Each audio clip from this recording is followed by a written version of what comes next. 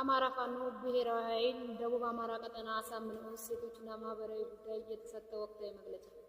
የአገዛዙ ስርዓት የአማራ ፋኖ ብሔራዊ ኃይል ምዕራብ ቀጠና ቴዎድሮስ ዕዝ 5ኛ ክፍለ ጦር ላይ የምትገኝ አርበኛ ፋኖ በዓለም ላይ ዋሴ የምትባል ጀግኒት ለአማራ ሕዝብ ለነጻነት ትግል አገዛዙ በአማራ ሕዝብ ላይ እያደረሰ ያለውን ግፍና መከራ በመቃወም የፖለቲካ ትግሉን በመቀላቀል ትግሉን እየታገለች የምትገኝ አርበኛ ፋኖ በዓለም ላይ ዋሴ ቡሬ አካባቢ በነበረው ውጊያ ላይ በዚያው አካባቢ የሚንቀሳቀሰው የአገዛዙ ወንበር አስጠባቂ ቅጥረኛ ሰራዊት አርበኛ ፋኖ ዓለምን ከያዘ በኋላ በህይወት እያለች ጡቷን በመቆራረጥ የፋኖን መረጃ አውጪ አታውጪ እያለ በአሰቃቂ ሁኔታ ረሽኗል።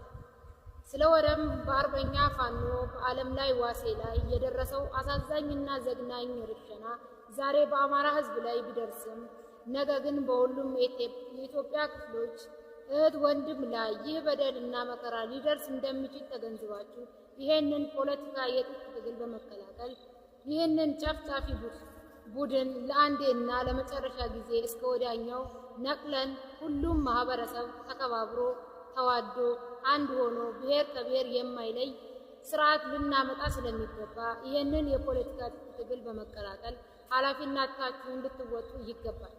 ተወደደም ተጠላም ማሸነፍ ምርጫ ሳይሆን ግዴታ ስለሆነ ከ18 ዓመት በላይ ያለች ወጣት ሁሉ ትግሉን ልትቀላቀሉና ልትታገሉ እንደሚገባ መልእክታችንን እናስተላልፋለን።